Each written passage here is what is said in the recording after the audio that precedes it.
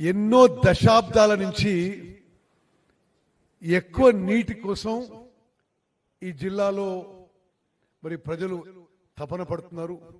మరి ఈ జిల్లా వాస్తవ్యులు మరి ప్రియ మిత్రులు అనుముల రేవంత్ రెడ్డి గారు ఈ జిల్లా నుంచి ఎన్నికై రాష్ట్ర ముఖ్యమంత్రిగా కావడం మరి ఈ జిల్లాకి ఈ దశ మారబోతుందని చెప్పి నేను భావిస్తున్నాను. వాటర్ అండ్ వాటర్ రిసోర్సెస్ విషయంలో, drinking water and irrigation water విషయంలో మరి గతంలో ఎప్పటికీ పోల్చినా ఈ 5 ఏళ్లలో ఎక్కువ పని జరగబోతుంది, ఎక్కువ వాటర్ అవైలబిలిటీ కాబోతుంది, ఎక్కువ ఆయకట్ జనరేట్ కాబోతుంది, ఎక్కువ డ్రింకింగ్ వాటర్ అవైలబిలిటీ కాబోతుంది అనే విషయాన్ని మరి నేను కూడా ఇరిగేషన్ మంత్రిగా కొంత సంతృప్తి సంతోషంతో మీకు తెలియజేస్తున్నాను. కొంత మనం బ్యాక్గ్రౌండ్కి పోతే ఇక్కడ I find many senior journalist who have come from Hyderabad. నేను ఒక 3-4 మినిట్స్లో కొంత ఇరిగేషన్ బ్యాక్గ్రౌండ్ చెప్పాల్సిన సందర్భం అని చెప్పి నేను భావిస్తున్నా. తెలంగాణ రాష్ట్రం ఏర్పడిన తర్వాత జూన్ 2, 2014కి కల్వకుంట్ల చంద్రశేఖరరావు బీఆర్ఎస్ ప్రభుత్వం మరి అధికారంలోకి రావడం జరిగింది. 10 ఏళ్ల పాటు వాళ్ళు అధికారంలో ఉన్నారు. మేము డిసెంబర్ 7, 2023లో అధికారంలోకి రావడం జరిగింది. 10 ఏళ్ల పాటు ఈ భారతదేశంలో ఎక్కడ ఎన్నడూ ఏ సెక్టర్ కూడా అసలు నాశనం కాలేదు ఇట్లా తెలంగాణలో ఇరిగేషన్ సెక్టర్ అయినట్టు వాళ్ళ హయాంలో. 10 yearsలో మమ్మల్ని, మిమ్మల్ని, మన పిల్లల్ని, వాళ్ళ పిల్లల్ని తాకట్టు పెట్టి 1,00,000 కోట్లు అప్పు తీసుకొచ్చి 1,81,000 కోట్లు ఖర్చు పెట్టి నామమాత్రం ఆయకట్టు తీసుకొచ్చిన ఘనత మరి కేసీఆర్ కి, ఆ ప్రభుత్వానికి, అప్పుడున్న ఇరిగేషన్ మంత్రులకు దక్కుతుందని చెప్పి అనుభవిస్తున్నాను.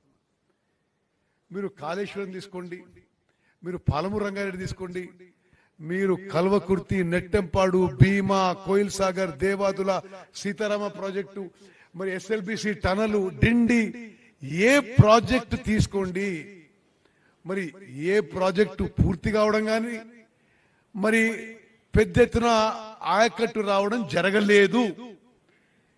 మీలో చాలా మంది వాళ్ళ దుష్ప్రచారము, ఒక డిఫమేటరీ స్టోరీ చదివి ఉంటారు. పాలమూరు రంగారెడ్డిలో మేము 90% ఖర్చు పెట్టినాం, అసలు ఇంకా 10% ఖర్చు పెట్టాల్సి ఉండే, మీరేం చేయలేదు. వాస్తవం ఏంటంటే అసలు ఉమ్మడి మహబూబ్ నగర్ జిల్లాకి, జిల్లా అవసరాలకి వాటర్ సోర్సు జూరాల నుంచి శ్రీశైలం షిఫ్ట్ చేయడమే ఘోర తప్పిదం.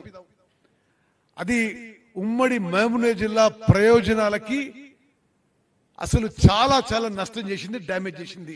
The shifting of swords from Jurala to Srisailam huge blunder.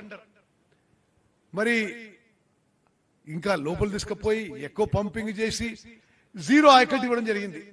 అసలు ఆశ్చర్యం, వాళ్ళు చేసే దుష్ప్రచారం ఎంత ఘోరంగా ఉందంటే ఏదో వాళ్ళు గొప్పలు సాధించినట్టుగా 27,000 కోట్లు ఖర్చు పెట్టి 1 ఎకరం ఆయకట్టు కూడా పాలమూరు రంగారెడ్డిలో ఇవ్వని ఘనత ఆనాటి బీఆర్ఎస్ ప్రభుత్వం అని చెప్పి ఉమ్మడి మహబూబ్ నగర్ జిల్లా ప్రజలకి మరోసారి గుర్తు చేస్తున్నాం.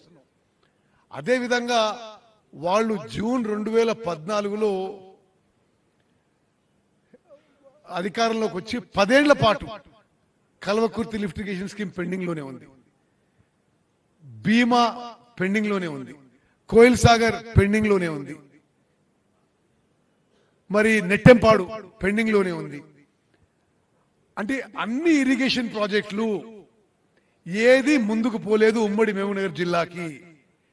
సిమిలర్లీ మీరు మా జిల్లా నల్గొండ జిల్లా చూస్తే ఎస్ఎల్బిసి టనల్ 10 ఏళ్లలో ఏం కాలే, డిండి ఏం కాలే. మరి అటు ఖమ్మం పోతే సీతారామ ప్రాజెక్టు 1 ఎకరం ఆయకట్టు రాలే, 8,000 కోట్లు ఖర్చు పెట్టింది. మరి ఇక కాళేశ్వరం సంగతికి మనకు తెలుసు, 1,00,000 కోట్లు ఖర్చు పెట్టి వాళ్ళ హయాంలోనే డిజైన్ చేయబడ్డది, నిర్మించబడ్డది, వాళ్ళ హయాంలోనే కూలిపోయింది. సో దీని సారాంశం ఏంటంటే ఇరిగేషన్ సెక్టర్ని పూర్తిగా ధ్వంసం చేసింది గత బీఆర్ఎస్ ప్రభుత్వం. ఇక వాళ్ళకి ఇరిగేషన్ గురించి మాట్లాడే అర్హత లేదు అని చెప్పి నేను మనం చేస్తున్నా. ఈరోజు ఈ 2-3 రోజుల ఒక పెద్ద మనిషి సీఎం గారికి నాకు లెటర్ రాస్తున్నాడు. ఈ పంపులు ఇట్లా ఆపరేట్ చేయాలి, ఈ పంపులు ఇన్ని గంటలు ఆపరేట్ చేయాలి, అసలు నిజంగా కొద్దిగా సిగ్గుపడాలి. మీరు ఇరిగేషన్